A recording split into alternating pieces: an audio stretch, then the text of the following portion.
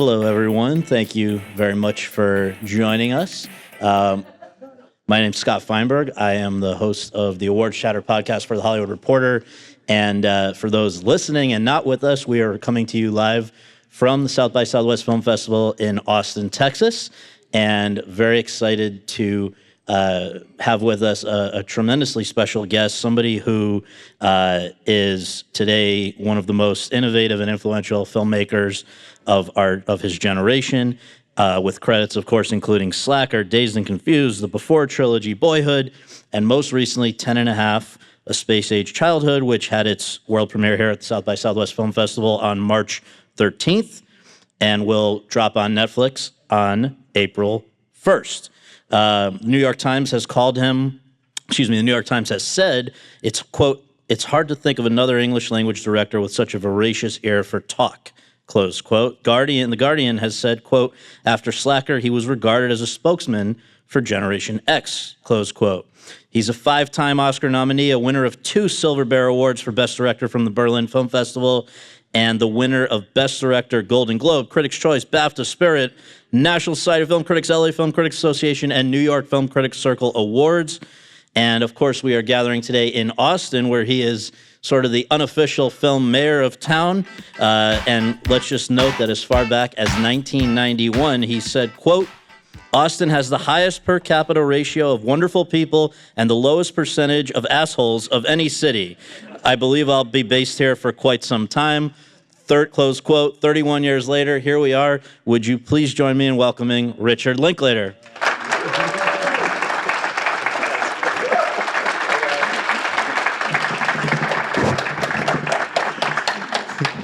Morning, y'all. Okay. So I think those percentages are changing. Am I right? How many locals? hopefully not in this room, though. So No. on this Should I point podcast, this at me? yeah, Matt, we're looking good here with this? I think so. Feels yeah. official and all. I wouldn't care. On this podcast, we go back to the very beginning, and so I would like to ask you, if you don't mind, where were you born and raised, and what did your folks do for a living? Oh, wow. Houston, Texas. I just made a movie about it. Yes. Exactly. Academic family. My mom taught at college. Well, when I was a kid, she was in grad school and stuff, and then she taught.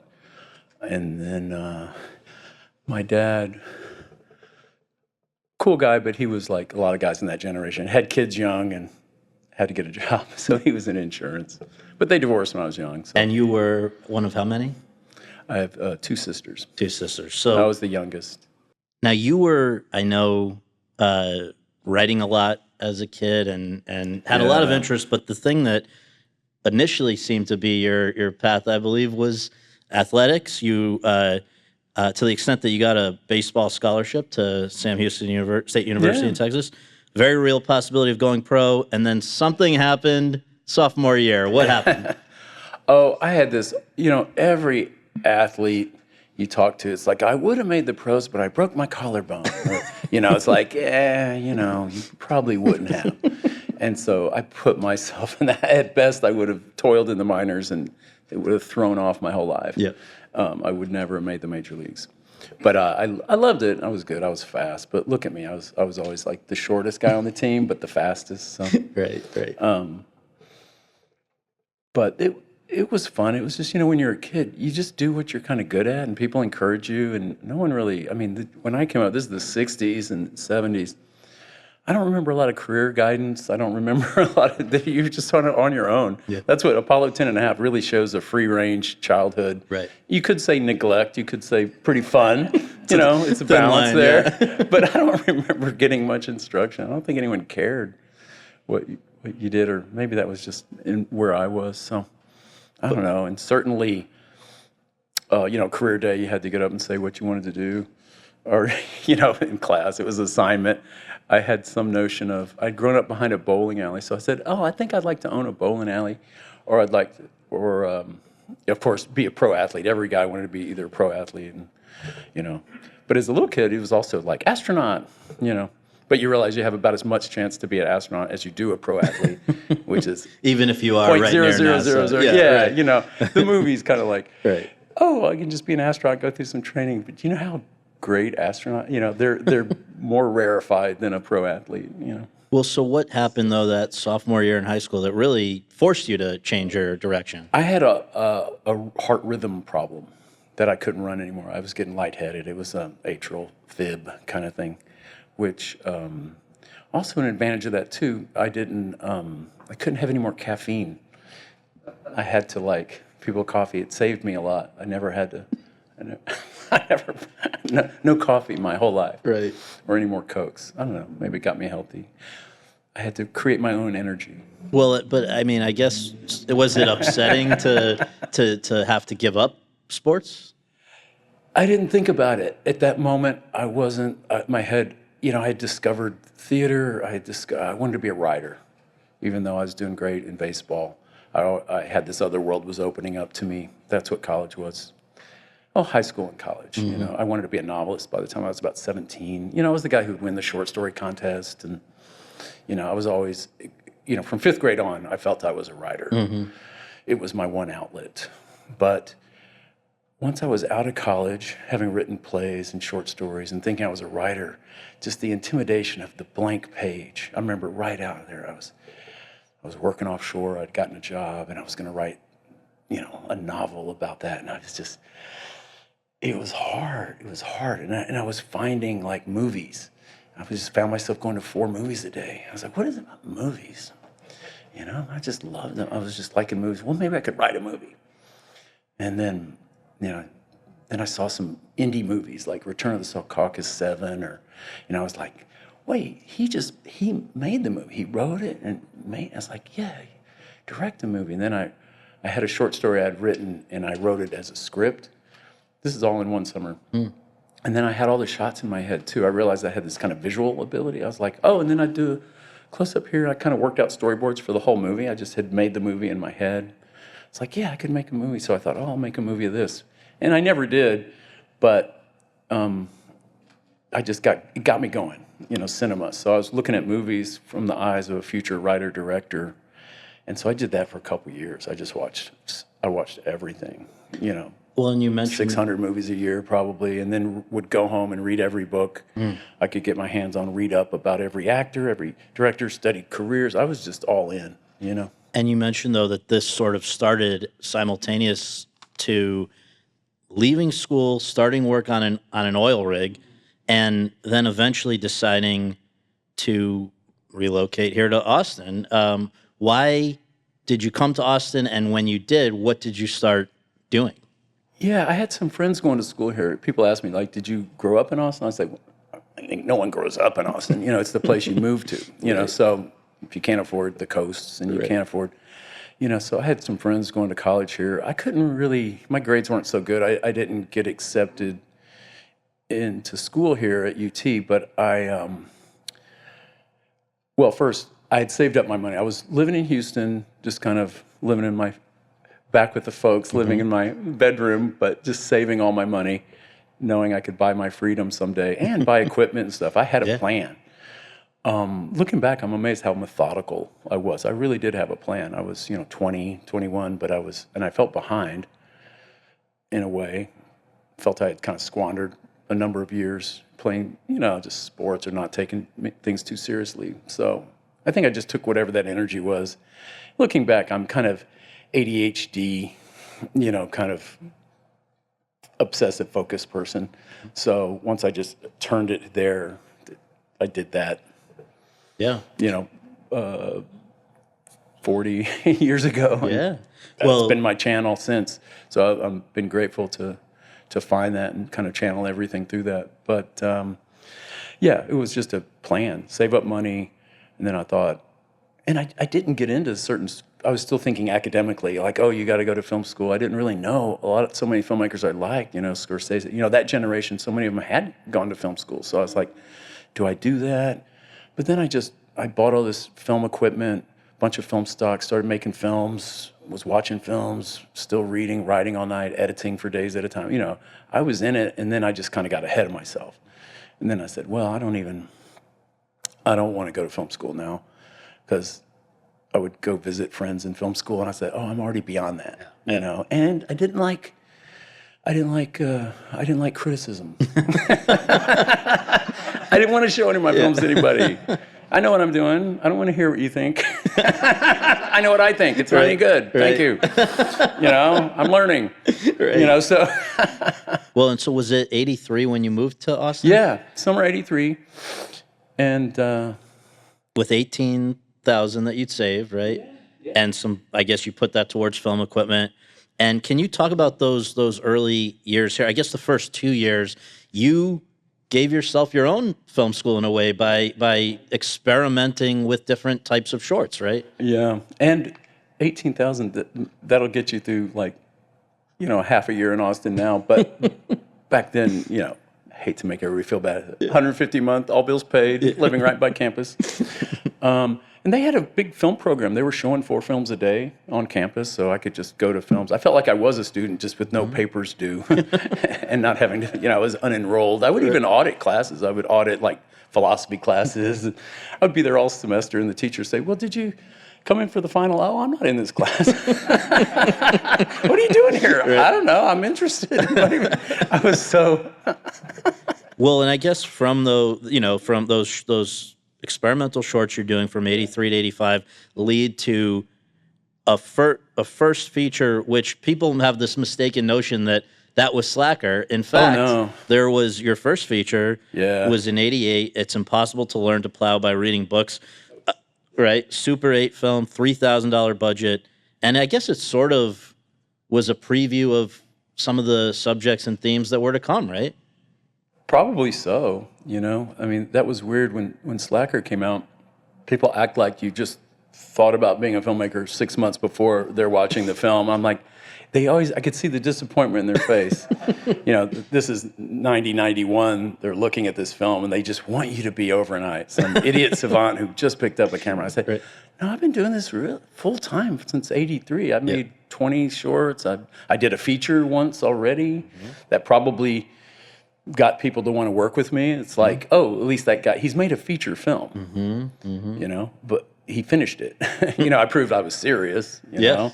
It's like, oh, go with the person who has done it, who seems to, maybe they won't be wasting their time working with someone who won't finish something. So, I took it serious. Yeah. I mean, it's a $3,000 film. It's a weird thing. I think it's an extra on the Slacker Criterion DVD if you've got 89 minutes to totally kill. But no, I let him put it on there. So I said, it's only 25% embarrassing. It's like it's a student film, a little bit of juvenilia, but at the same time, it was the first one I stand behind as a cinematic expression, I guess. Right.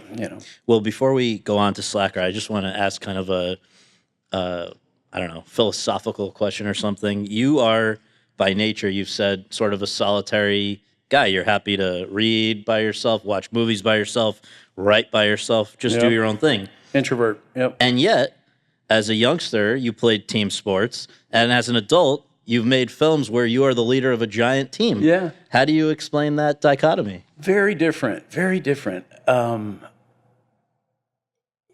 think I was a team sport guy, I didn't really, I like tennis and everything, but I wanted to be on a team. I wanted to be a part of the thing. I think introverts look to be kind of drafted into situations where you have kind of a purpose. I like a goal. I like a team effort. And that's what films are. I love getting a big group of people with a common cause because you're bonded, you're all that.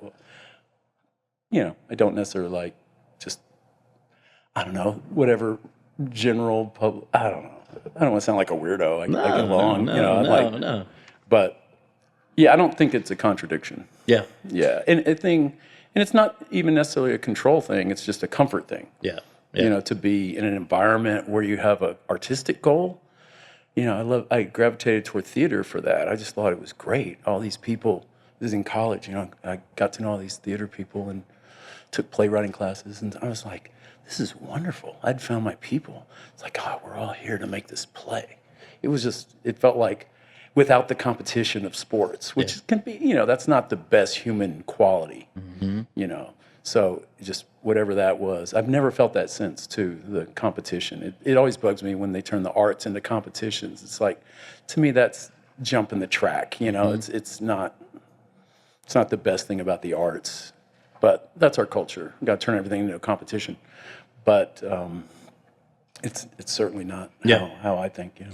So Slacker did eventually start its long process of reaching audiences in 1990, and we'll talk about how that all unfolded. But basically, almost like a pseudo documentary, right? Built around these vignettes about slackers. Can you define what is a slacker, and had you been one? That word came up during production. We all started calling each other slackers a little bit. It was just a joke. So that word was one of 6 titles we had at our rap party for that movie. We had a choose our title contest with everybody. We had jokey titles, and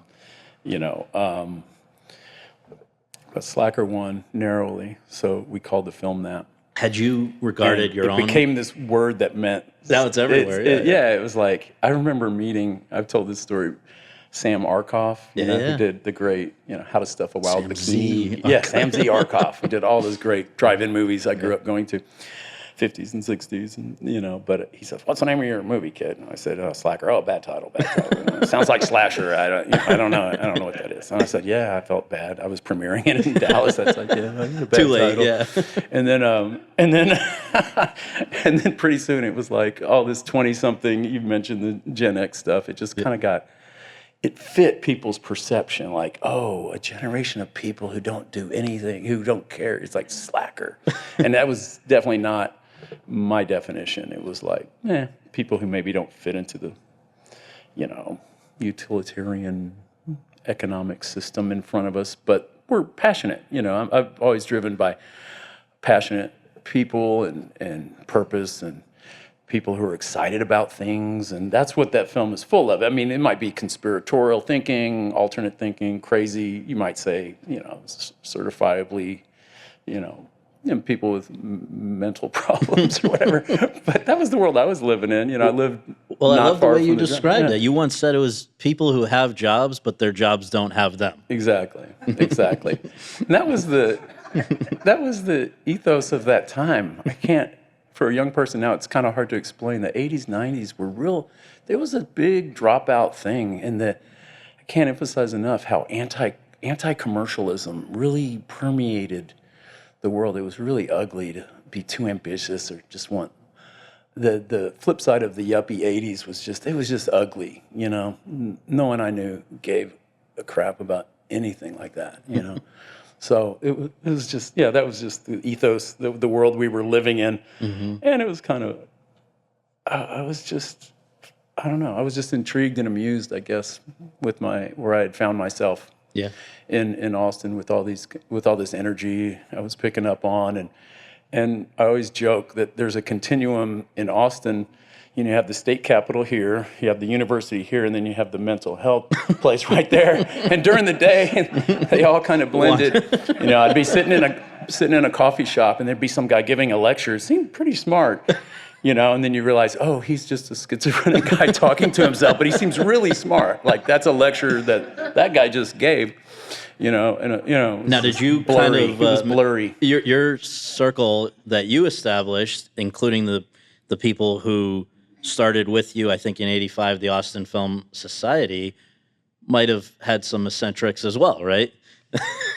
Yeah, well, you end up with your group of your buddies. Yep. But started the Film Society in '85 because I'd been here 2 years, and I thought, hey, I want to see more movies. It was just pure ambition, I was just still working alone on my own films, but I had a lot of energy to put toward film, and so it was an impulse to start showing films. Mm-hmm. I saw an opportunity at the old Dobie Theater right near campus on the Drag, famous Austin theater. They let us start showing midnight experimental shorts, and we weren't the Film Society yet. That was a couple years later, so I wanted to be a nonprofit so we could get grant money. Mm-hmm. And I learned so much, just taking an idea and getting a group of people around who were, I started to meet my people through that, I lived in a house with Lee Daniel, who was my, was right behind a coffee shop, a couple streets off the drag, and it just became a hangout. We were all, our front door was broken, and anyone could come in anytime. There would just be a living room full of people. We were showing movies, and I don't know, it was fun. It was fun. It was the 20s. Yeah. For me, but it was just all film freaks were welcome. Well, you weren't. But there were some freaks. Yeah. You were not even yet 30 when working on Slacker. People should remember, and this was filmed during the summer of '89. Mostly non-actors working for free, right? Made with $23,000. That I guess the way started with that, right? And No. Started. I had a watchable film for $13,000. On video, but to finish it, to get a 16 print, it kicked us up. That last. And I love grand. your financing plan in those days. You had said something to your parents about. I guess you had a sister who had been married. Yeah. What was your pitch? That's the pitch. It's like, and I tell young filmmakers this. I said, start warning all your friends and family early. Yeah. Just immediately start warning them, because it might be a few years. And I started, as soon as I realized I wanted to make films, I started saying, well, someday I'm going to hit you up, because you study people's careers. No one has the kind of money it takes, but you can do it pretty cheap. So it's like, that sounds like nothing, $23,000, but when you have zero, and my savings was gone by then, I had zero, but I was ready. And so, you just you do whatever you can. But I was very moved by the support I got, $1,000 here, $1,000 there. And my pitch was to the folks, it's like, remember that wedding you paid for my sister and she's already divorced?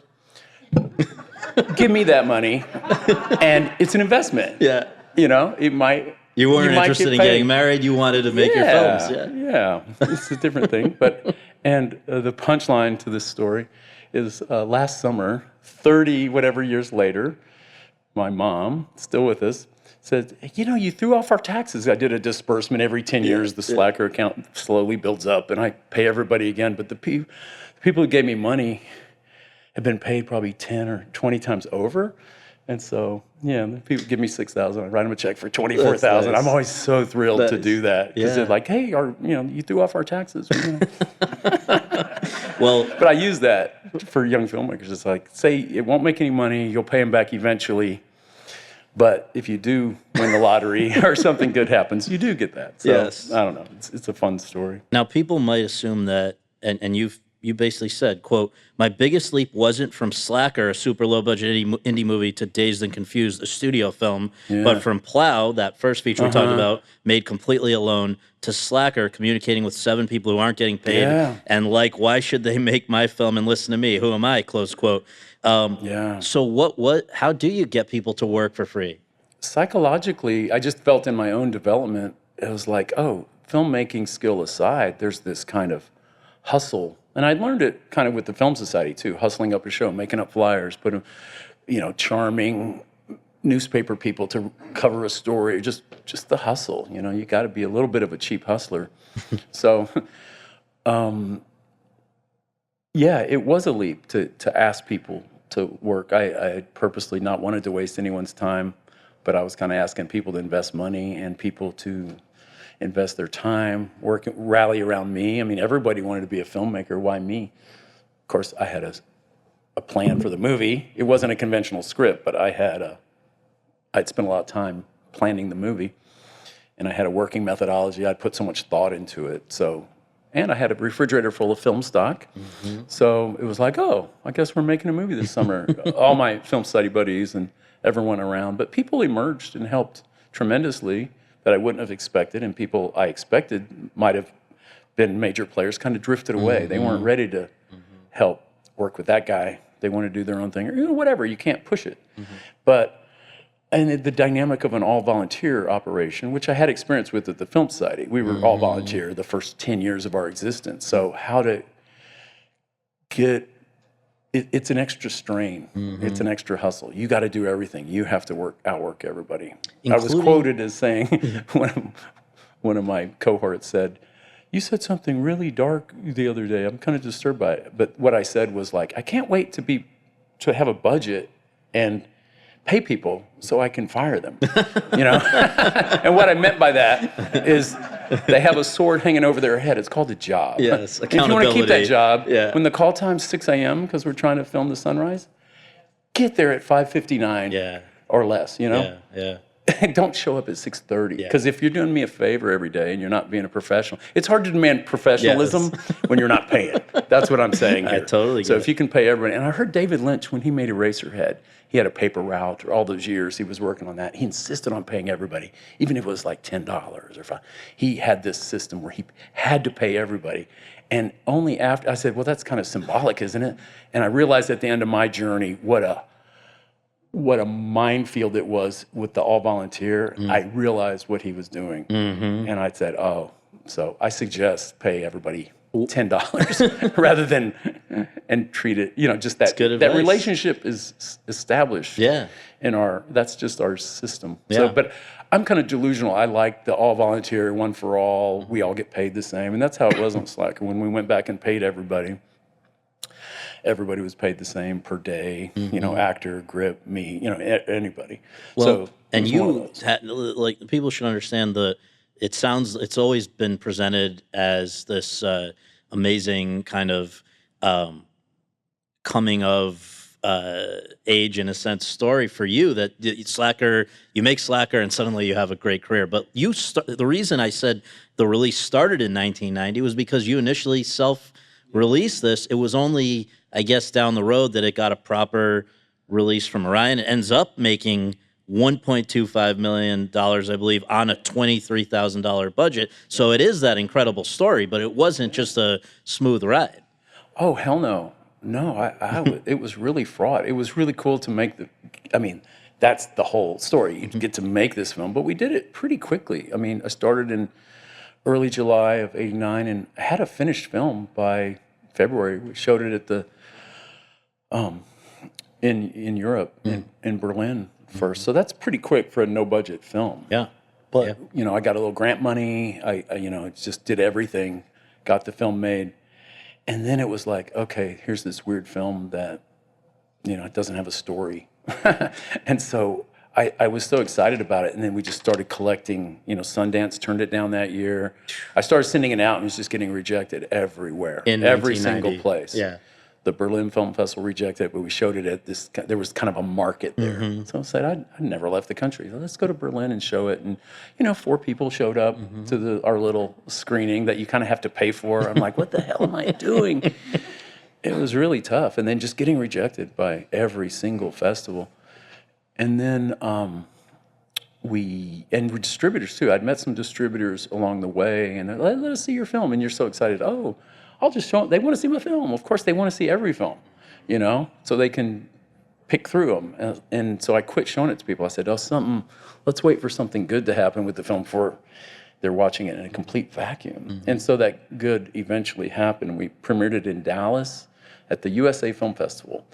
And I remember waking up in the morning, and I hadn't been critiqued in a decade since I played sports or something. I'd never been. And so you get up and you read the morning paper of that day's films, and they had 2 little reviews, those capsule reviews of the movie coming up this afternoon. And they were so mean. They were like, oh, you know, it just drifts from one character to another and until the camera gets bored and it drifts off. Who can blame it? You know, it was like so like, oh, fuck you. So do I even go to the screening? This is terrible. Do I just go back to Austin? This is awful. But okay, I'm here. I'm friends with the guy who runs the festival. I have to show up. I'm sure there won't be anybody there. It's going to be terrible. But there was a really big crowd. And then I, you know, did my first Q&A ever, which I didn't think I could do. But they really liked the movie. They were laughing, and I was like, oh, yeah, forget some critic who watched it alone in a room. These you people, are welcome to swear on this podcast. It was like younger people, and, you know, it was, you know, cooler crowd. I was like, oh, they think that's funny. They think that, so that was good. Yeah. So that kind of redeemed that, but still there was nothing going on with the film. Our real breakthrough happened, of course, this is 1990, Seattle. I got a call from the head of the Seattle Film Festival, and he said, hey, we really want to show your film. My 2 heads of programming, handed me the videotape you sent, and they said they would resign if we didn't show the film. I'm like, really? And John Prey and Nick Vroman, I'll never forget those guys. Nice. So we went to Seattle, and because the festival was so excited about the film, the buzz was tremendous, and we had these two huge, the Egyptian Theater there sold out. And unlike Dallas, we got really good reviews and got some national recognition and all that. And at that same parallel to that, I had sent John Pearson a tape once we got some good reviews. The thing I was waiting for, a little bit of buzz, there was an article in magazines and things. And so I sent him a tape. And by the time he watched it, I just read something about that movie. I was like, he had heard it. See, the buzz don't present yourself in a vacuum. Right. Have something, anything positive to go with it. And so, it'd be so different now, I think. The communication is so different. But it happened. So he, one of the next times I heard from him, he had already shown it to Michael Barker at then Orion Classics, which those guys went on to do Sony Classics. Yeah. So I just got lucky. I was living that indie success story that felt like one or two people get a year. Soderbergh famously, a couple years before with Sex, Lies, and Videotape, I was sort of on that track. And, some people get that every year. So I just had a replay. We started getting into those festivals. We got into Sundance the very next year. We blew up the film from 60 millimeter to 35 and all that. You're on your way, yeah, and then it came out that next summer. But I'm talking about a couple years. It had been 2 years since I shot it. I was so ready to make my next film. Yes. I was so done with it. But you have to go through all the motions. Well, and it's funny though, because again, people assume the dots connect easily, but with Slacker, can you talk about how this most indie of films leads to a studio film with Dazed and Confused, 1993? Because what I've heard is that the guy who was running Universal at the time, the late Tom Pollock, hadn't seen Slacker, but the fact that he knew it had made some money opened the door for you. Yeah, well, it wasn't him spearheading it. He was kind of much farther down the line. It was, God, things are just so happenstance. I was doing an interview on my Slacker. Back then you'd fly to a city and they can't afford much advertising, so you do interviews, and that's your media, free press, So they always ask you what you're doing next, and I would say different films, but I really was focusing on this teenage movie I wanted to do, and so I told him about it. This guy, Gary in Washington D.C., and he called up a producer he knew, just based on my interview and my enthusiasm, what I described the film. He said, that sounds cool. And he called this guy who had been in production at Universal. And so I got a call from him. Hey, I was talking to my old friend Gary. He says you're talking, he said, I saw your film Slacker at Sundance. I thought it was interesting, but not really. He's a studio guy. Of course, he's like, what the hell's this? Yeah. But he said, that sounds kind of, good, i.e. commercial. Yeah. And so I was like, yeah, it's going to be fun, rock and roll movie, all these kids, I was ready to pitch it. Yeah. So I went out to LA and sat in a room with them and talked about the movie. This is Jim Jackson? Jim Jackson, Sean Daniel. Yeah. Great guys. I just got, and so I just pitched the movie. I hadn't written it yet, but I had been working on it. I had all these songs. I had the tone and the feel. So I think what I described to them that day was the music of the movie. Maybe I didn't have the lyrics, but I had the music, and they liked it. So they said, yeah, it was, and this is what I'm describing here is absolutely 100% impossible today. Yeah. This is how our industry has changed, that they would take an indie guy, and even that a place like Universal would even make a film like Dazed.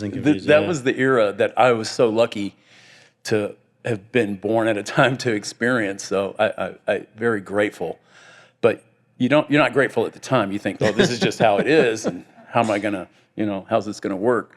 Well, and so I got lucky that, but then I went back and wrote the script, and it was really cool. Universal, they pay you. I got $25,000, and in one afternoon I wrote checks for like $24,000 to pay all the people that were Slacker. Everybody. Yeah. I didn't pay him from Slacker because Slacker hadn't made any money yet. Yeah. But I did pay him from future. Oh, nice. Things, so that was great.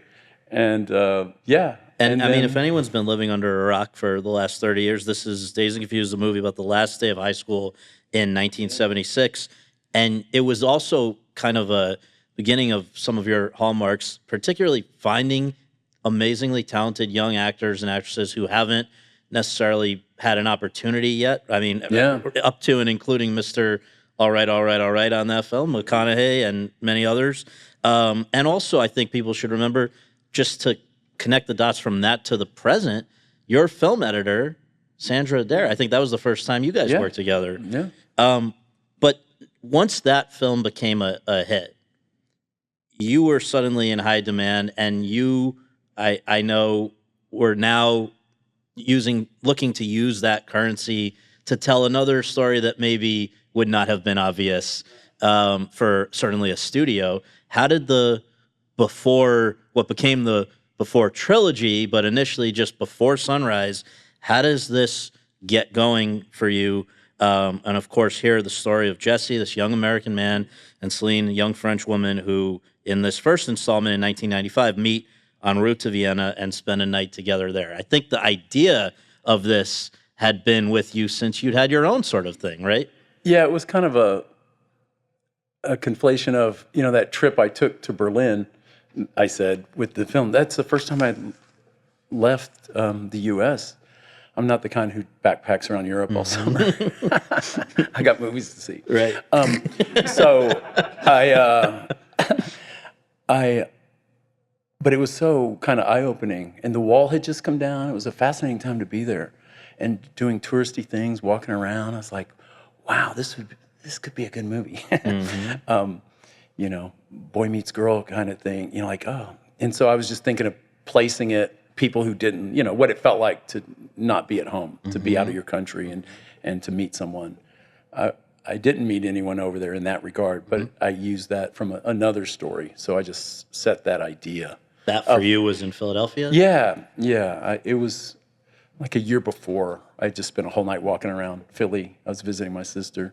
My last night there, I just met someone. We walked around all night. It was really sweet. Yeah. And so I thought, but again, I'm cursed. Even though we're having this deep connection, I'm like, I want to make a movie about this. So what are you talking about? I was like, just this vibe. It's kind of cool. I don't know. Can you capture a vibe? That'll be the whole movie. And for you, in recreating those kind of merged experiences into this film, I know that first of all, you had several close collaborators. For one, Kim Krizan, is that the word? Krizan, yeah. Who was a co-screenwriter, not something you always do. Yeah, first time I had ever. Well, here's why. I felt, the original Dazed script, I was much more ambitious than the final film. I felt I failed to some degree with the young women in that movie. I had all these long monologues and stuff. I was really reaching for something, but I don't think I totally pulled it off. And I just wanted more of a female. What I was going for in the movie was 50-50 male-female. I didn't want it to be his view of her, her view of him. I was like that. And so I would benefit from, I'm always in dialogue with the actors anyway. I write a script and we rewrite it together. I said, well, why don't I do that right off the bat with someone I respect's mind? And it wasn't like she wrote the female and I wrote the male. It wasn't that at all. It was just someone to bounce ideas off of. And we did it pretty quickly. I think in 11 days, we wrote the script based on my own, I had the idea, Boy Meets Girl, the structure of it all. But it was just fun to work with someone, just like it's fun to work with actors. So. Well, because then, as you indicated, I mean, once Ethan and Julie come on board to play those characters, if you kind of invite them into that process, right? Yeah, I wanted to take the methods I felt I had built up over the previous two ensemble films. It was just my instinct. I'd been in acting classes for years, and I just knew how I wanted to be treated as an actor. And as a writer in me, I wanted to kind of customize the dialogue and to get that natural thing. I'm always trying to pull this trick where you just think it's real, whatever you want to call that. To the extent that people sometimes mistakenly think these are just improvised. Yeah, which is ridiculous. People, it's like you don't. I've been having to explain this for 30 years. People oh, is that just all improvised? I'm like, yeah. You know, yeah, you do that. Yeah, Go good luck. Get your Yeah. two. Just start rolling a camera. See what you get. So, but yeah, I wanted to take what I was doing with them on the scene work and say, I'm going to do that for a whole movie. And I knew for it to work, they had to give everything of themselves. You know, they had to make it their own, and to whatever degree, whatever that means. And so we sat in a hotel room for like 3 weeks before we had met a couple times, you know, over here and started talking about it. But then Julie and Ethan and I, and it wasn't like it was kind of a rewrite of the dialogue. Again, the music was there. The music's in the script. It was just getting the lyrics adjusted to, you just have new ideas. You get three creative people together. It gets funnier, gets more real. They bring so much of themselves to it. We play on each other's ideas. You know, we never thought like, oh, so-and-so did that scene. Or, you know, we all just work together, rewriting each other's stuff. I'm kind of like the editor of their ideas, you know. Ethan will say, you know, Rick's curating our stuff, you know, like they'll throw out 10 ideas and there'll be one that's, hey, that's kind of interesting. Let's follow that one. And we're just, 3's a great number because it's, if two people like it, and this we realized was our dynamic that we would carry forward all 3 films. Yeah. If 2 people really like something and one's kind of going, wait, I don't understand that. You know, it goes. It's gone, yeah. You know, like those comedy rooms where every writer doesn't laugh, they throw out the joke. Gone. We were our own version of that. If we didn't all think it was original, interesting, in character, we're tough on each other in a fun, collaborative, supportive way. We don't argue ever, but we do have this kind of rigorous demand of each other. And they were young. I'm about 10 years older than them. So I'm pulling it out of them in real time. Like I'm saying, this is your life right now. And I'm thinking back at other times in my life. So it's a nice distance, and I'm, you know, but they're both really smart and really passionate. And I think that film gave them both some, you know, I'm just not surprised they both went on to write and direct their own movies and have had the careers they've had. That's not, they were fully formed then. I'm not taking any credit.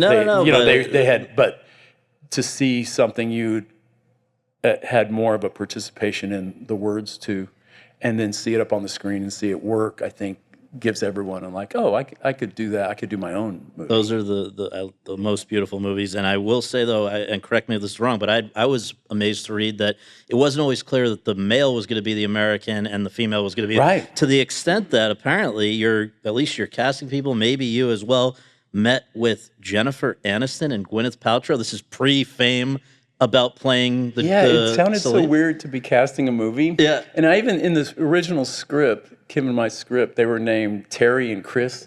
So, you know, either of those names could be male or female. That was just... Yeah. And I was meeting everybody. I remember I was in Europe meeting men and women, and I was in the U.S. I remember the day Dazed and Confused opened, I was casting this, and I wasn't going to shoot it till next summer, but the casting process was many, many months. And yeah, everyone came through. I didn't really realize it at the time, but I guess because of Dazed, it was like, oh, that guy's doing another movie. And so people, their agents sent him up, and I met so many people and kind of narrowed it down a little bit. And I went to see a play, and Ethan Hawke was in it, and he was known, you know, he was, and I talked to him after. And he had heard of the movie. I guess it was just coincidental that the movie was out there. And he says, hey, yeah, we're going to meet. And so a couple days later, went and sat and talked to him. I remember we sat in a lobby somewhere and just talked for a couple hours. I'm like, I love the way this guy's mind works. He's on fire. He has his own theater company.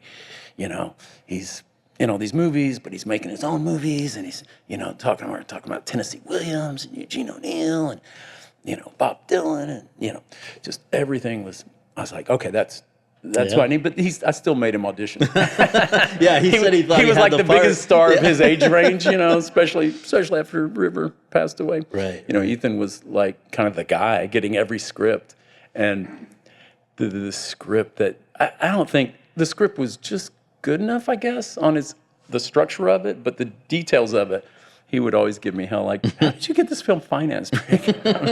How did you, who's doing it? You know, nothing happens. You know, it was one of those, another movie that's always been my burden. Even Dazed and Confused, I would have to do the dance. Like, oh, so what happens? I say, oh, they ride around, they party. It's like, but what's the story? Yeah, and then the music's going to be really good, and they're going to do that. And then, you know, I'm always dancing about what's the plot. You know? I'm always like pointing their gaze elsewhere. To that end, you have said, quote, I should have been a French filmmaker in the late 1950s and 60s, where you could have just kind of...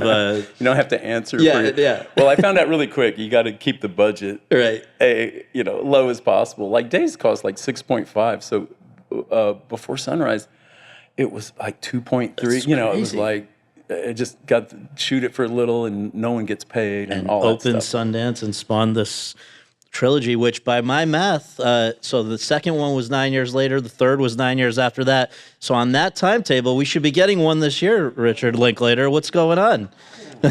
Swung and missed. We did not. Not this year. Yeah. We missed that deadline. Yeah. Sorry.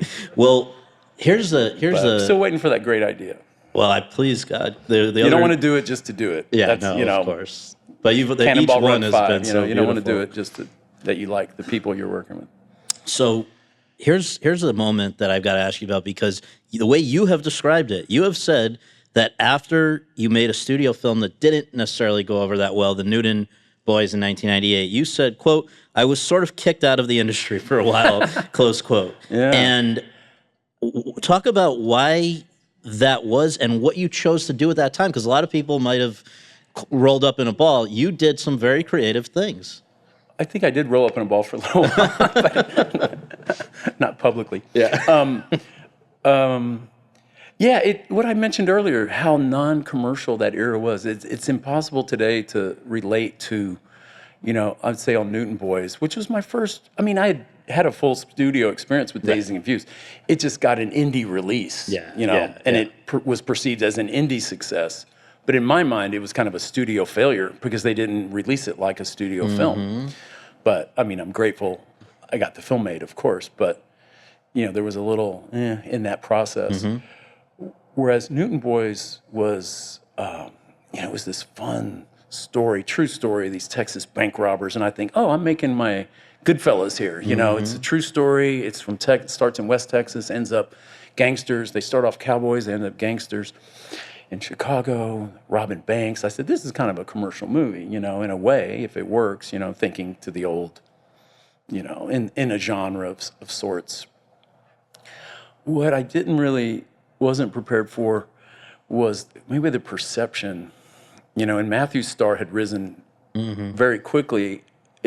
You know, I don't know what Time to Kill was, his 7th or 8th film. He had been around, but he went from actor to like star. And then, so where do you go when you hit the height there? It was kind of a combination of Matthew going nowhere but down, just in people's mind, and wanting to drag him there, whether he deserved it or not.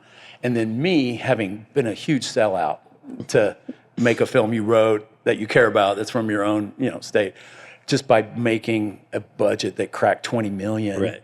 This was in the era of like $50 million, like contemporary comedies, you know, that they were making in the industry. But I was perceived as this, I could just tell they were against me. You know, remember Coen Brothers did Hudsucker? Same kind of thing. Like, what are you guys doing? Yeah. There was so much judgment on the lane, and like, oh, you're the indie guy. You don't deserve to make, you know, like, it's storytelling. I was just saying, it just costs what it costs to make this story. It's a period film. So anyway, so I just felt, you know, by the time it came out, it's like, oh, you're dead in the water. But I really loved the film. Well, but let's note what you did with that time, where maybe it wouldn't have been easy to get a bigger budget project. You go and do tape. I finally had to regroup because I had some projects, a couple of scripts I'd written. They weren't as 20 million, they were like 8 million, you know, and I realized I couldn't get those off the ground. The industry was changing too. That thing about indie, make the days. Studios were starting to figure it out. Let's not give these weirdos any more money. Let's just do big movies. And here we are today. Right. So they figured out where on the poker table to put all their chips. And it wasn't in my direction necessarily. So, but you it's like experimental. That period when you were doing I had that moment shorts. of like, okay, well, it's 10 years later, but I'm kind of back to square one, older and wiser. And I was like, you know, I thought I had this idea for, it was Waking Life. Yeah. First time dealing with animation, right? Yeah. Some Wrote a buddies of mine I'd seen this technique, and I'd been thinking of this film for 20 years, kind of the narrative structure of this idea that I had.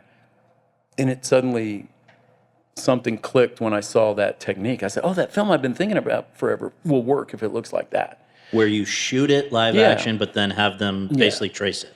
Yeah, or, reinterpret it, let's say. Reinterpret it, sure.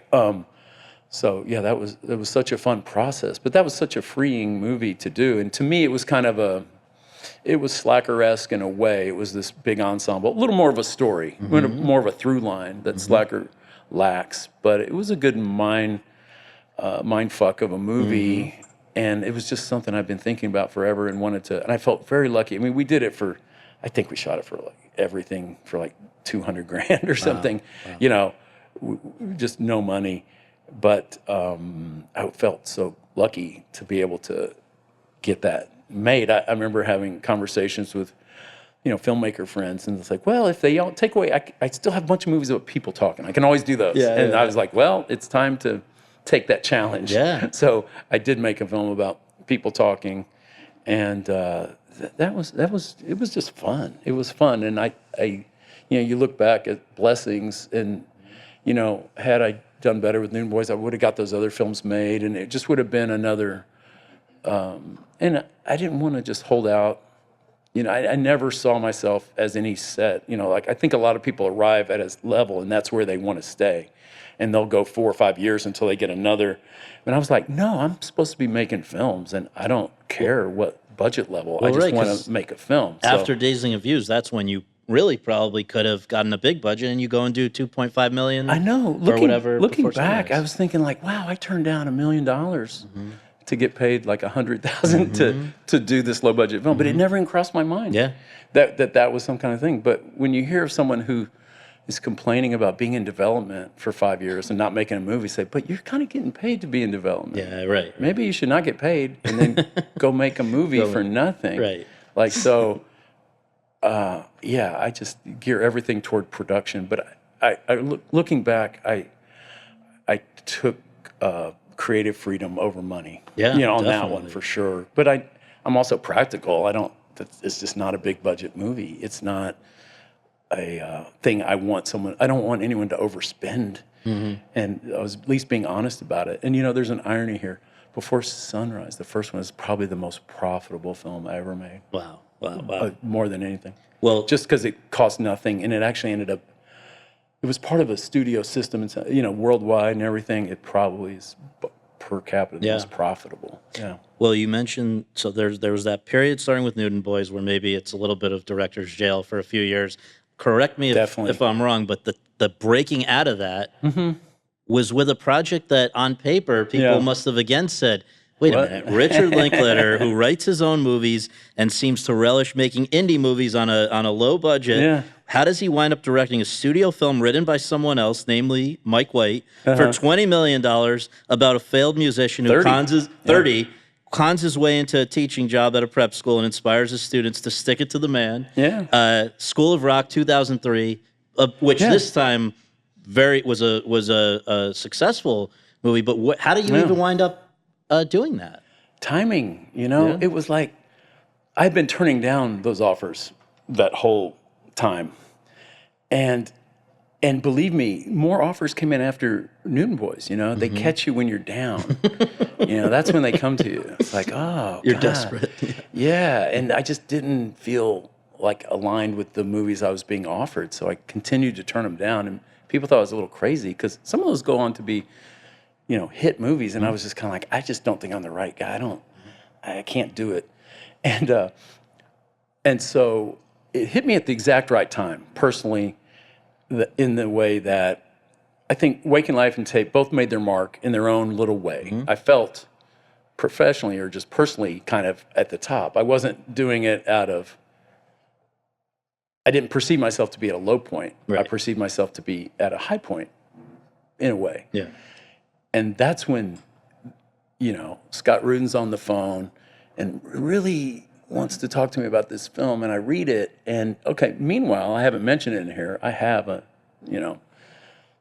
9-year-old daughter, you know, time, yeah. Yeah, of the age of these kids. Yes, yeah. So I've been watching that process, and I'm right at the age of the kids in the movie with her as a dad.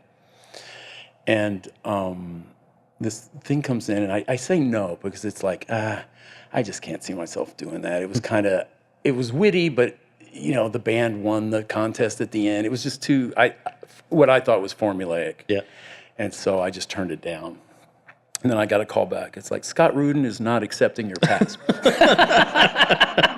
It's lucky you weren't in the room. I'm like, what the hell does that mean? You know, he wants to talk. And I'm like, okay, I'll talk to the guy. Yeah. And so he had sent me another films over the years too I hadn't done. So I'm playing hard to get, but I'm not playing anything. I just didn't want to do them. Right.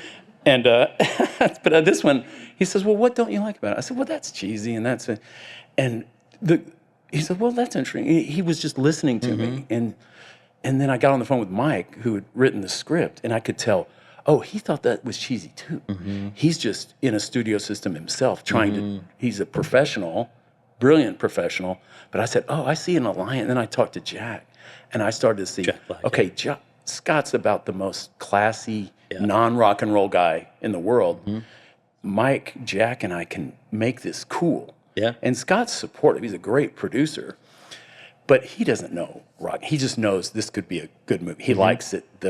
Whether it's commerciality or fun, he was the perfect producer for it. But then he was casting me as the perfect director for it. So that was the first time I was like, oh yeah, I am kind of the perfect director for this. And not least because in a lot he's of ways. sort of the character is, you might say, a slacker, right? Yeah. I was like, that little room with the round thing, that was the room I lived in when we found a room in Staten Island. I said, oh yeah, let's use that round. That was I lived on that bed, on that floor. So I personalized that to such a degree. But we were, you know, a little trinity, Mike, and we just had so much fun rocking and rolling with that. It's like, let's just make something cool. I had to get Mike, and it's just like, you know, maybe it's a little less commercial than it was, but something we think's cool. Yeah. And I brought in all my methodologies I think I had worked over those years.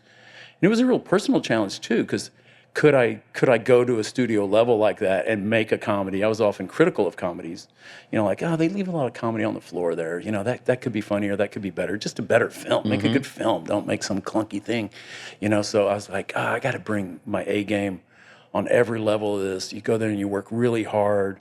And I just, you know, you set down rules. I think I really fully understood what a powerful position directing can be, even in an overwhelmingly powerful system with money and all that. They still need someone steering the ship. And I was just confident enough. Like, I wouldn't have been confident enough 5 years before, but I was just confident enough to say, no, we're going to get a real band. Here's how we're going to do this. You know, so, oh, we'll get actors and then they'll play. And like, no, we're going to get kids who can play, and then I can get performances out of them. Right. So we had a real band.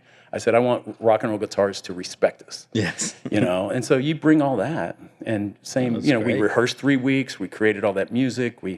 You know, they don't win at the end. You know, they don't, but they get an encore. It's a little more punk rock. So we all, Mike, Jack, and I think we made the cool kids movie we were hoping to make. Absolutely. And it was a really fun experience. So it opened me up, like, oh, that was one more thing I could have fun with and express myself with in that way. And then while I'm in post-production on that, I went right back to Paris and made for $2.3 million before sunset. So it's like, okay, I'm not going to live here forever, but that was a fun. What a trip from types of movies. I went from, if you look at Tape was 100,000, School of Rock's like 30,000, and then 2.3. You know, I like that. And just to connect the dots, something from School of Rock to Bernie, which was 8 years later. In that intervening period, Before Sunset, as you mentioned, where you did something even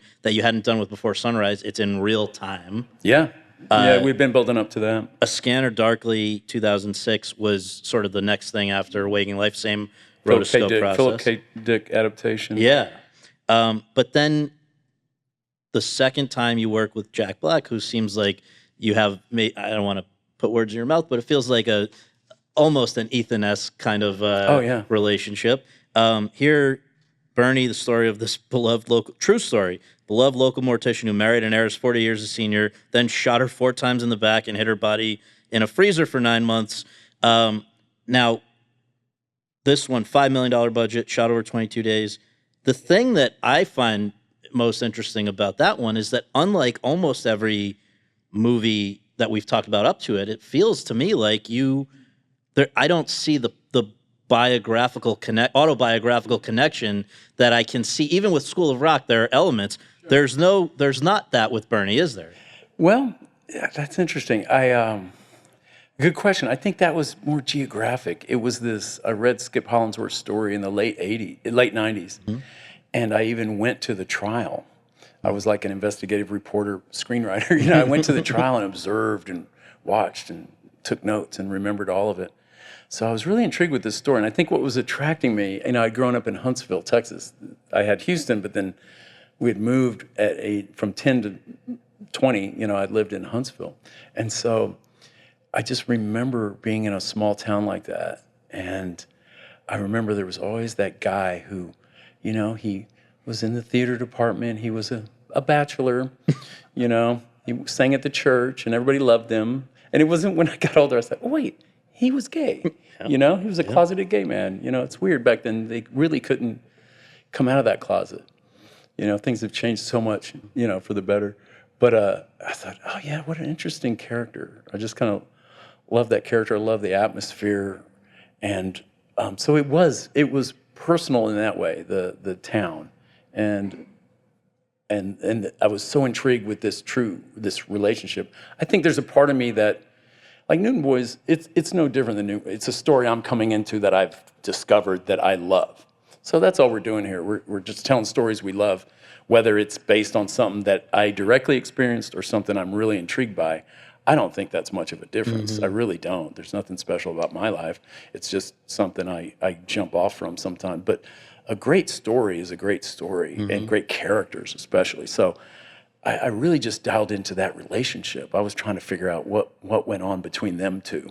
And it became maybe more personal than any of them because you gave the real Bernie 2 of the happy years of his life. The last 20 years. Yeah, he was actually briefly released from prison after the movie and lived in our garage before apartment. He was sent back to prison.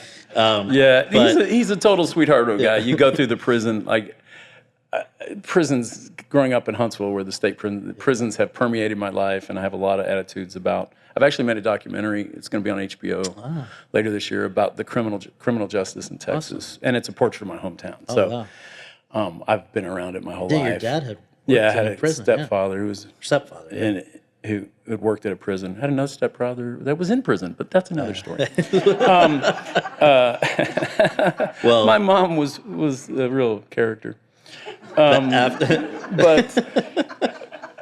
After Bernie, it was back to the Before series with Before Midnight in 2013. Is that how it goes? And then you skipped me and Orson Welles. That's in there. Well, which I saw and loved at Toronto. Okay, there's a couple skips in there. He was. What's the guy that played? Christian McKay, Yeah, this guy was. It was like watching Orson Welles has been brought back from the dead. That was fun. Talk about people talk about nostalgia. I was nostalgia for an era I never lived in. It's recreating 1937. When you're doing that, you feel the magic of movies. Oh yeah. You're just recreating a time and a place and a spirit. So that was a lot of fun. Anyway, well, just as we're nearing the present, I mean, we cannot overlook the fact that through all of these films, going back to, let's just note when what would have been the thing where it began.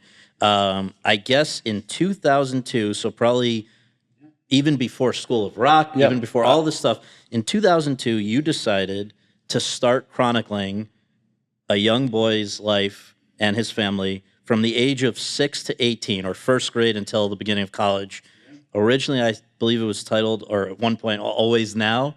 Something about thinking about it. I think the first one was the Tolstoy novella, Childhood, Boyhood, and Youth. Okay. I called it that. It had a couple other things. Always Now for a little bit toward the end. We weren't really sure about a title. But ultimately becomes, of course, Boyhood. And I guess the real question is, what inspired you to even think of such an outside-the-box idea revisiting shooting with the same core cast every year for that many years, for 12 years, and then also how do you get somebody to give you the money to do that? In this case, Jonathan Searing at IFC Films. So assembling this group and just actually like making this happen, it's such a crazy. Cool, but crazy idea. It's so funny when you're in the middle of your crazed ideas. They seem so normal. You're solving a problem. I wanted to make a movie about childhood. This is, it's around the same time as School of Rock. I remember I shot the first year of Boyhood, and then I went and did School of Rock. I had already shot year one. But I think for the same thing that made me think I could do School of Rock, having been a dad, I realized I was processing my own childhood. Parallel, that's what happens when you have kids. You start critiquing your own upbringing. You get more critical of your parents, or appreciative, let's hope, too. You realize what they went through.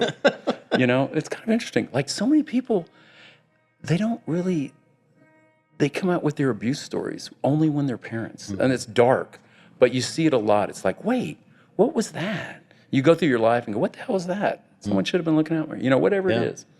But I wasn't processing that. I was processing just what it was like to grow up. And I wanted to make a film about, some moment in my childhood, but I couldn't pick that moment. It wasn't, there wasn't like any one point, but I realized what I was trying to tell all of it, but filmmaker dilemma, how do you do it? You get someone to play them at different ages, but I wanted it to be close. So that's too experimental to have too many different people playing the same person.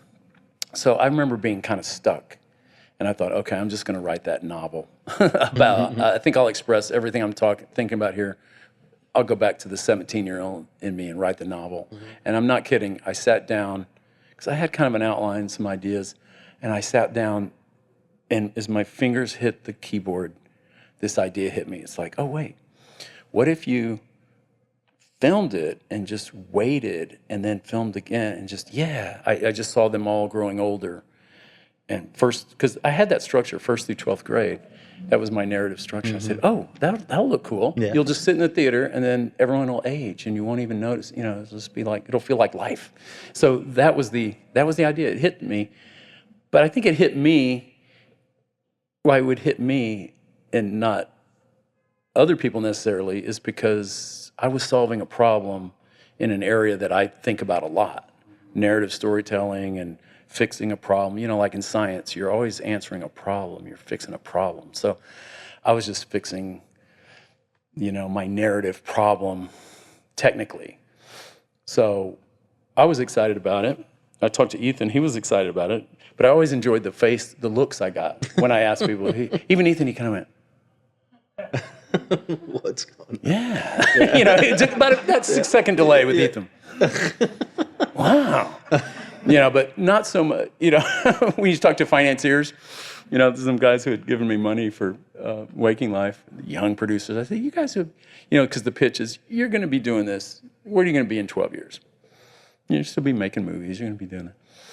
And they're like, they thought about it, but they're like, we just don't know. We can't do that financially. Yeah, it's like the interest and the VIG and the loans, and they just couldn't wrap their head around it as a business proposition. But I remember talking to Patricia Arquette, who I'd only met her once briefly at a event, and I called her up and just offered her the part. But it was that, what are you going to be doing 12 years from now? Right. And I said, well, let's just think about it. We're adults. I hope 12 years from now, if we're still here, I hope to be making a movie. You're probably looking for a good part, And she, on that one phone call, we just talked about our moms. We talked about the idea, and she agreed. She's like, yeah, of course I want to do it. It was such a challenge for an actor. Actors are brave, they jumped in. So I had Patricia and Ethan. And so Jonathan Searing at IFC, who had done Tape and Waking Life. So I'm coming off that experience with them, and they like both those films. Yep. I don't know what their metric for success or whatever, but they were happy with them. And so I ran this up his flagpole, and he was like, yeah. I said, 12 years from now, and back then they were producing movies. Yeah. I said, it'll be low budget, It's still like a low budget film. $200,000 a year? Yeah, it's still a low budget feature. Yeah. And you will, at the end of the day, have an Ethan, Patricia, Rick movie, and it might be interesting. And he's like, let's do it, So, but it was like 200 at a time. Yeah. And they forgot to put in the contract that inflation or anything. So it got, I think I was getting paid like $5,000. You get a little just token pay, and that disappeared really quick. It's like, oh, you want a Steadicam? You're paying for it. And so that just went. We made it to the finish line. Oh, it's incredible. And we should say the young boy becoming the young man, that's Eller Coltrane, who had never acted before, and his sister, Lorelai, your daughter, that 9-year-old kid who would, What do you think, though, it is about time and Richard Linklater? I mean, Slacker, Dazed and Confused, Tape, and the Before films take place, I believe, over a single day.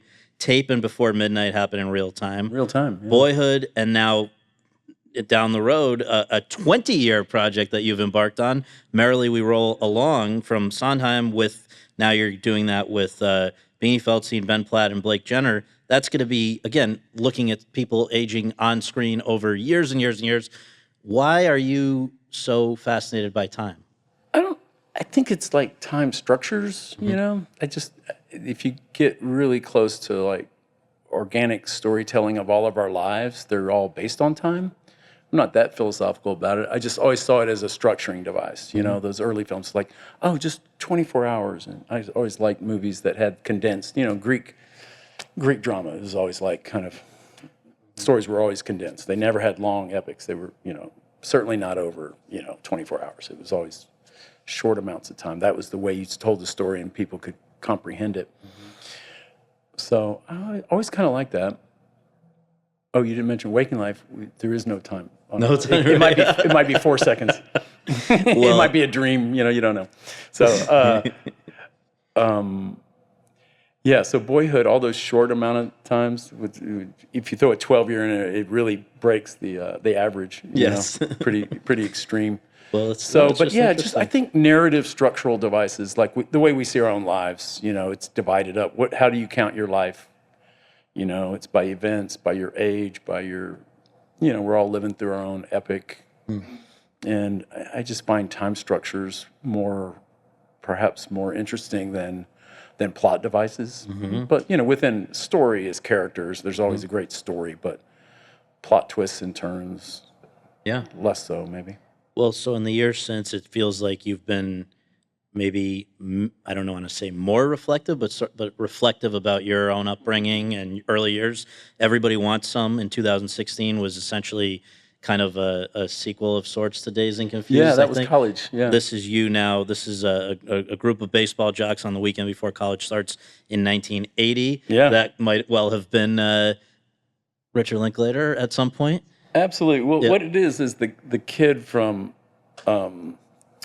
Dazed, if he aged and kept pitching and got a scholarship and drove off to college, that's the connection with Dazed. So there was that one. And then, of course, here we are in 2022 with Apollo 10.5, which is you basically revisiting your childhood growing up near Houston, or in Houston, not far from NASA Mission Control, and what the moon landing or the moon mission meant to you as a kid. I know. That thing when I was describing Boyhood, and I said, I was looking at my own childhood and couldn't really land. It was the second year, because I was marching through first grade, just thinking of that. For each year of Boyhood, I had a year to write the script or think about it. When I got to second grade, which is pretty early, I went, wow. It was what I thought I didn't have. I had, a point from my own childhood. I was like, I live near NASA. We were out in the burbs. We were out in the white suburbs for like a year and a half. I was like, yeah, we were near NASA. All these people worked at NASA. That's when we were walking on the moon. I love that. I wanted to be an astronaut. I was like, that was such an interesting time. You really had that fantasy that this is built around, right? Yeah. The kid who goes to the moon. Right. That was a fantasy I had as a first or second grader. Yeah.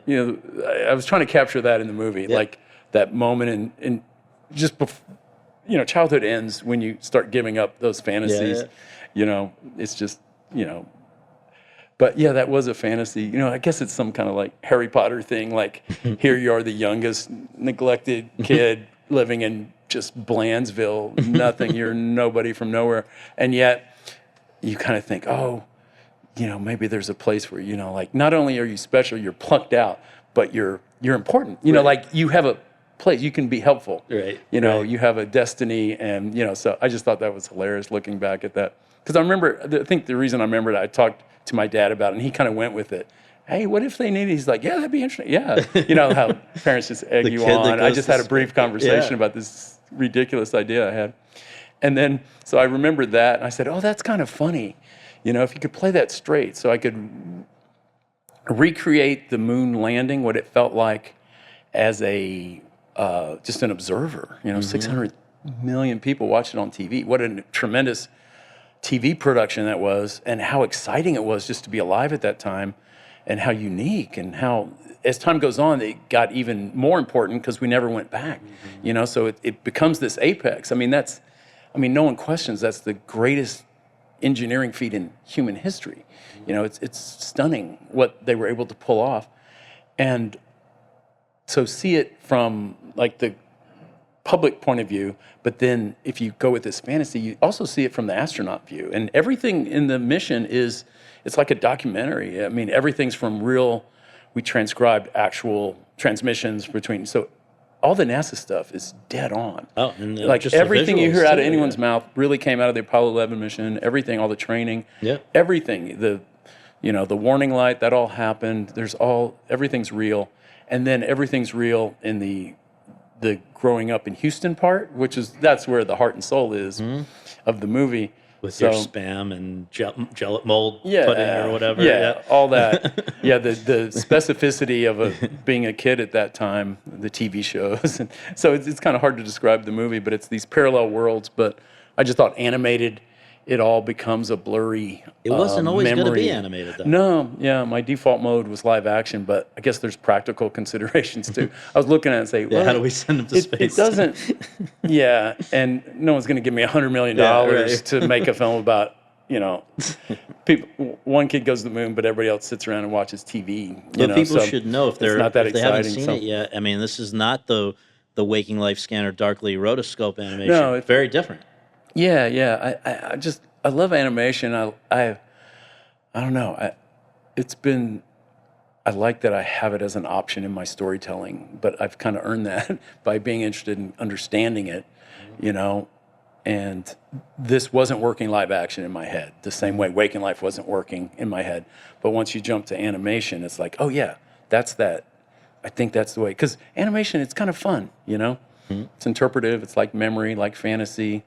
And even history in a recreation, that's sort of a construct. So once it was animated, it in my head worked, and I got really lucky that Netflix liked the script and the idea and liked the look of it. So this wasn't going to be rotoscope like Scanner and Waking Life. It would have an element of that in the character design, but we had to recreate everything. The Houston of that time, Astroworld doesn't exist anymore. None of that.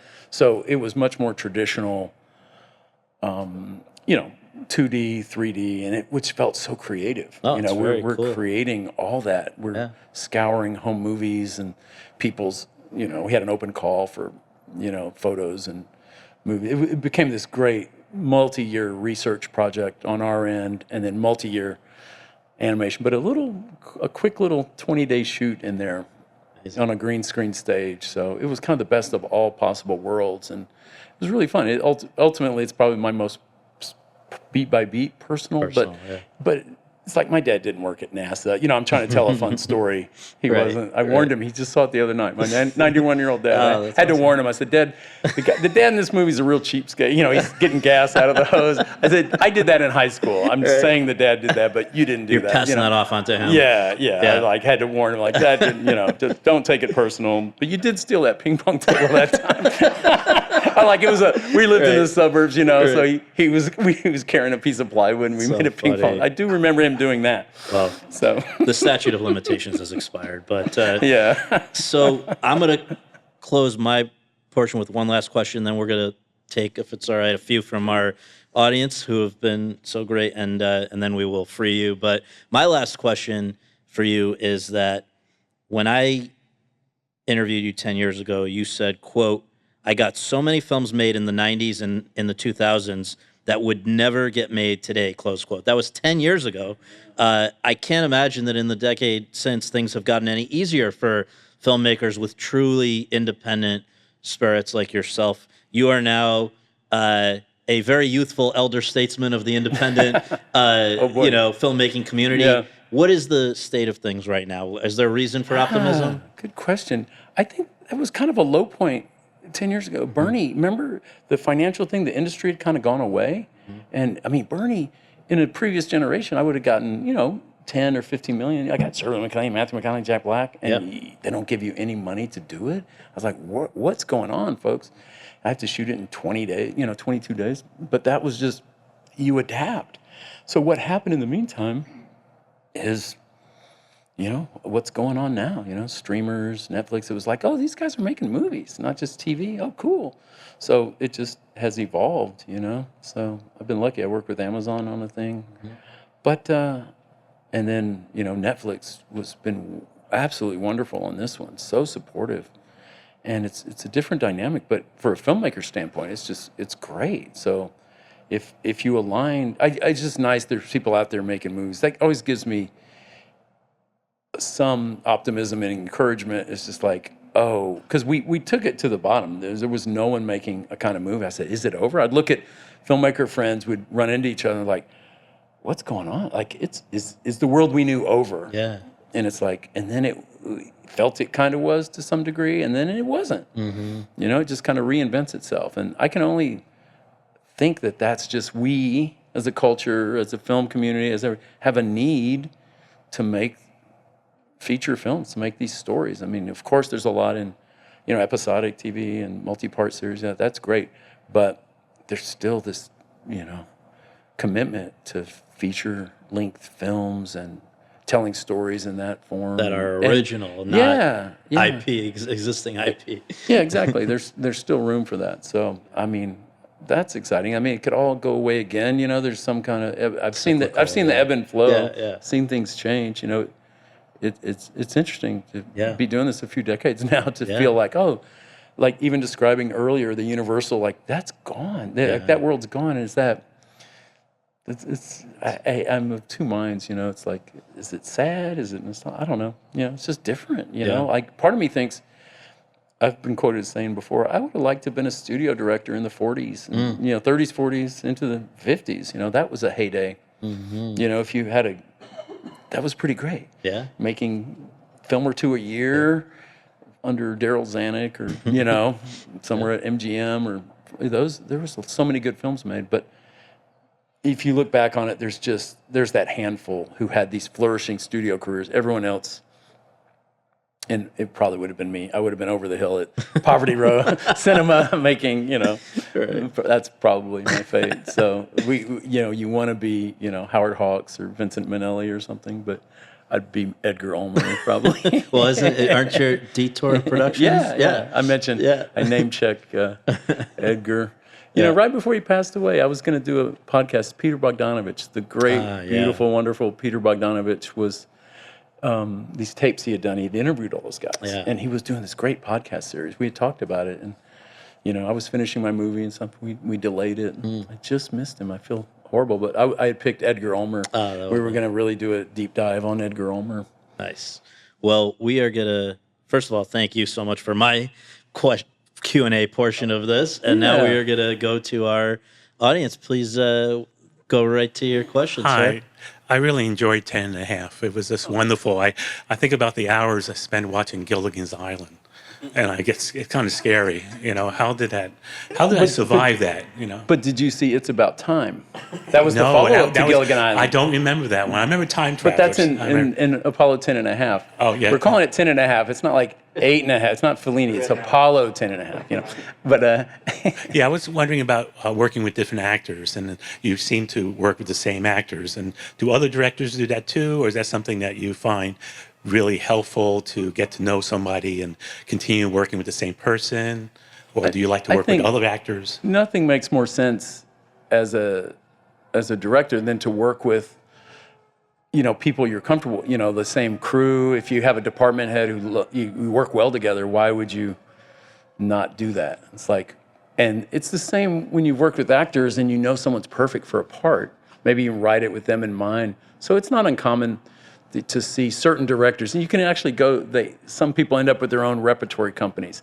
I haven't done that. If you look at Preston Sturges, look at Wes Anderson, look at Quentin. You see the same people show up quite often, and it makes sense as a storyteller that you use certain people. But I don't have that repertory company. I have actors I love, but if I have one regret in this world, it's like there's just not enough. There's so many great actors and not enough parts. For every part, you're turning down so many expired people. I've never gotten used to it. The heartbreak of not casting people that you really like, they'd be perfect, but you're going with someone else because they fit into the ensemble in a certain way or for whatever reason. But for me, it's always fun to work again with someone this is my third time working with Jack Black. He's just he's wonderful, just joyful experience. I know what I'm going to get there. Thank you. 10.5 was just wonderful. Okay, thank you. Hey there, my name's Calvin. I'm a filmmaker, and something that I've been focusing on recently is kind of like archiving the present moment. And I know like all of your films, especially like Dazed and Confused, like my conception of that time kind of comes from those details in your movie. But talking about this unreleased documentary it's kind of like a portrait of your town. What were kind of the details that you were able to capture and put into the film that kind of paint the picture of what the town is right now? Yeah, well, that's called Letter from Huntsville. It's part of an HBO series I'm doing with Alex Gibney and Larry Wright. It's a 3-part piece on Texas, contemporary Texas. And I'm doing the criminal justice part, and there's a part on the border and another on the energy industry. It's probably will come off like the three ills of Texas, things that could be better.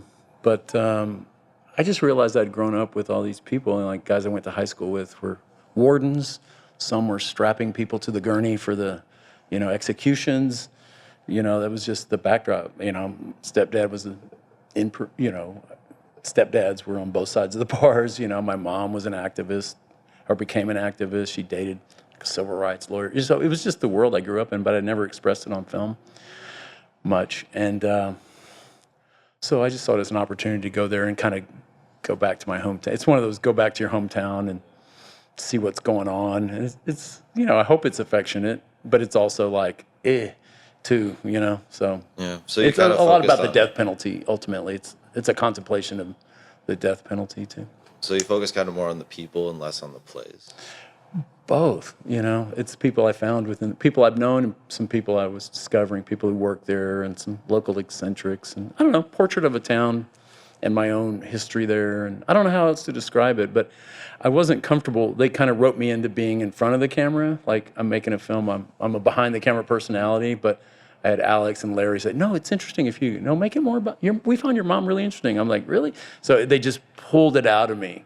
In a way, it looks like a very personal film, but it was a begrudging personal film. My first thing was kind of more documentary objectivity, but I realized, that wasn't going to work here. So it's me on camera hanging out with people I went to high school with, and these years later, and so it was uncomfortable.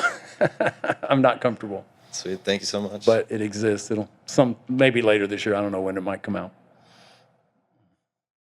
Hi, my name's Heather. I saw Before Sunset on accident.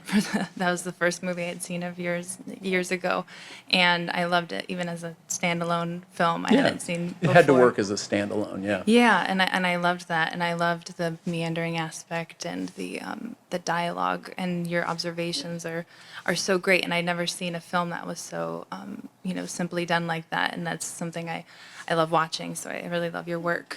I was wondering if there are any authors you particularly like, either even just like right now, someone you just discovered, or someone who's influential to you. Yeah, I think I'm still most influenced. I wish I could say contemporary writers, but I'm such a film guy, and I have less patience. I find myself, maybe it's my ADHD. I'm more nonfiction now. I know it's a boring male thing to be. But it's the early authors I got obsessed with. Tolstoy is always my guy. His view of history, the quality there. Had a big Russian French novels. I don't know, the whole gamut. I reference everybody. I think Apollo 10.5, I keep referencing The Plot Against America, the Philip Roth, only because it's one of those counter histories, specificity in your own life. So I'm influenced, obviously, but the book I'm reading right now is the 90s, Chuck Klosterman's new book, which is unnervingly great. I don't know how else to put it. To be chronicling a decade that you felt pretty intertwined with is like, holy crap. You must pop up in there. I'm not done with it yet, but are you a couple in there? times? Yeah, I bet. But no big deal. But just his analysis of what we all live through is stunning. Yeah.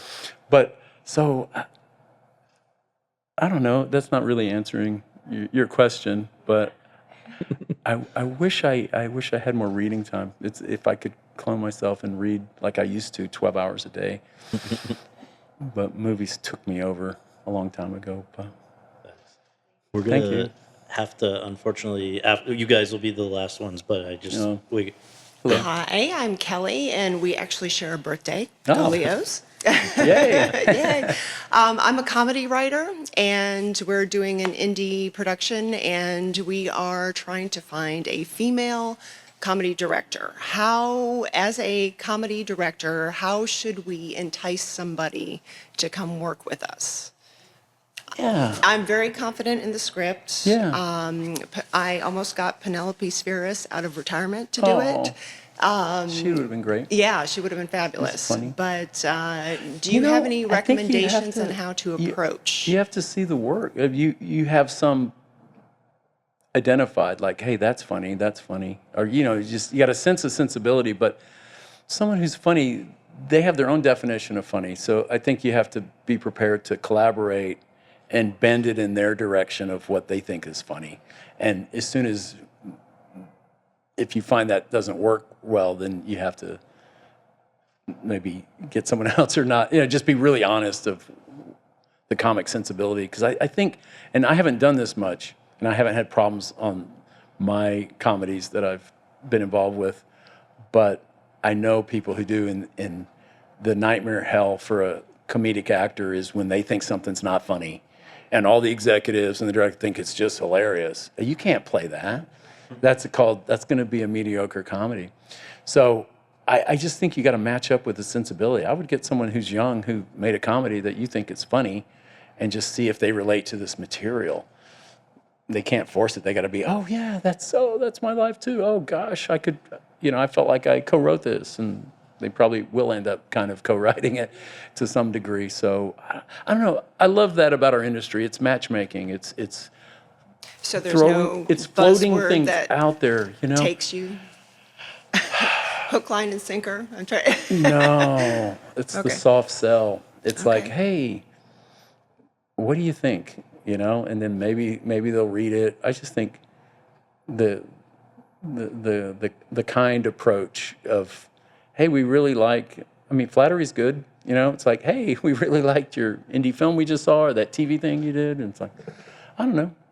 And I don't know about industry deep dive. Are there agents out there who they represent a bunch of directors, and who are your funny people who they probably have a list, So I don't know. That's just industry typical matchmaking. But good luck. Yeah, you'll meet the right people. Hi. First of all, thank you so much for all your films over the years. They've meant a lot to me. Oh, thank you. Yeah, it's been great. I'd be curious, you talked a little bit about the difference in the world now and then when you came up. How do you envision that you would go about it if you were in your 20s now, making your first feature? I know it's kind of an impossible question, but do you think your trajectory would have looked similar at all? Would you be making films on iPhones? Yeah, good question.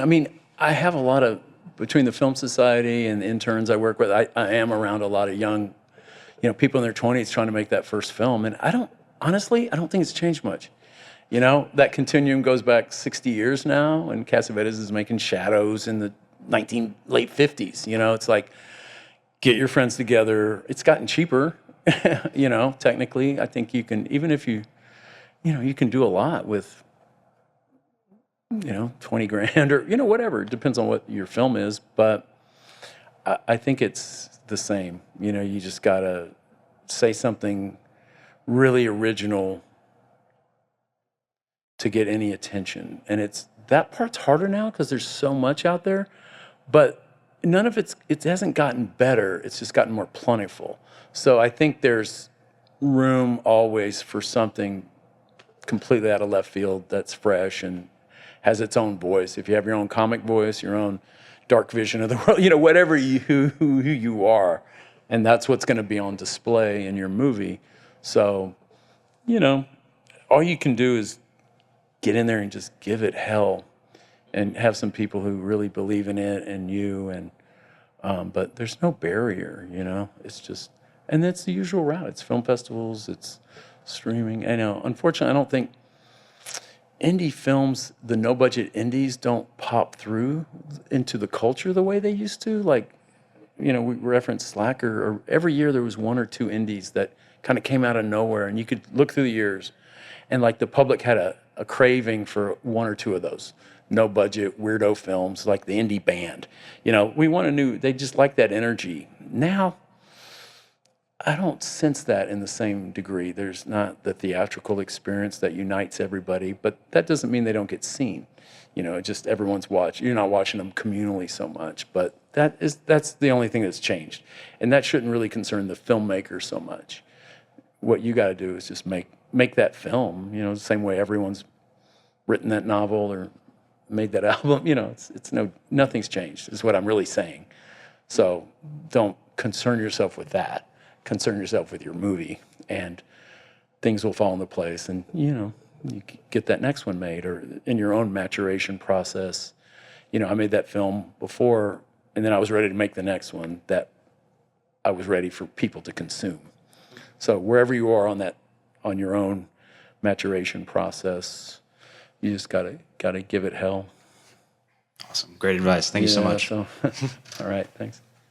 Hey, thanks for the great movies. And I was thinking about, how do you feel about nostalgia? Because I can sense there is some nostalgia in your films, and I can be even nostalgic to the Austin in Slacker, which is completely, nowadays is completely different. Although I had nothing to do with the place. Yeah. So what's your take on that?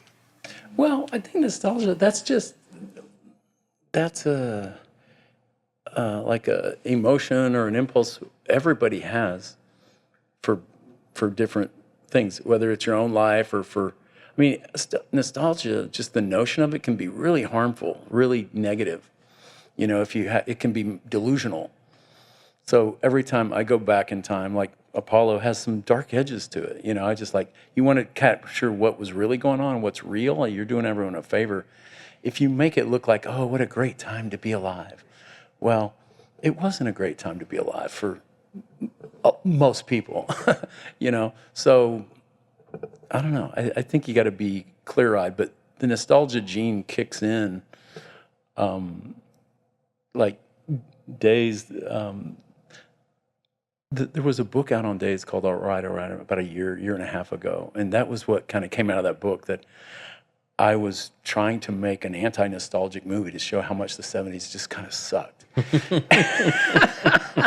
I really was. I thought, I've seen all these nostalgic movies. I'm going to make one that just goes, ugh. But you can't. It's fun being young. It's too optimistic. There's too much going on. It's the energy. And you go, oh, yes, there's a continuum. All young people are excited about the time they're living in. You can't help but be. Because you're alive right then in that age. But then you're also curious, because you're getting older and wiser. You're culturally curious about previous times and future and past, and there's a lot of reference to the past. So it's just a natural way to think. But there's certainly not. Nostalgia it's a double-edged sword. If you have half the culture living in some past that never existed, that's very exclusionary, and it's an excuse to I don't know, for a lot of really negative, horrible things. So yeah, the war going on right now is based on nostalgia. Wasn't it great when the Soviet Union was together? It's fucked. It's terrible. So it can be really, bitter. Artistically, I think it's more safe. Paris in the 20s. Wouldn't it be great? My friend Ethan Hawke, I just saw the first episode of Paul Newman and Joanne Woodward's. He's making a 6-part documentary about their lives and times. And just the first episode, them in the 50s, actor studio. There's Marilyn Monroe, James Dean, Paul Newman, Marlon Brando hovering over. They're all in classes together. You're just going, oh, that's nostalgia, but it's artistic nostalgia. It's like I don't mind that music, and that seems natural and pretty harmless. Political nostalgia is deadly, but artistic nostalgia can be motivational. I think it's important to know the history, and you can't help but think, oh, like I was just saying, oh, it would have been fun to be a studio director in the 40s. That's just, we all dream and kind of fantasize. That's not unhealthy. Right. But it's a double-edged sword, make no mistake. Well, Richard Linklater, thank you so much for the films and for coming here and talking about them today. We really appreciate it. Thanks. Yeah, really nice talking to you. You Scott. too. Yeah. You too. Thank you guys for being here. All right, yeah.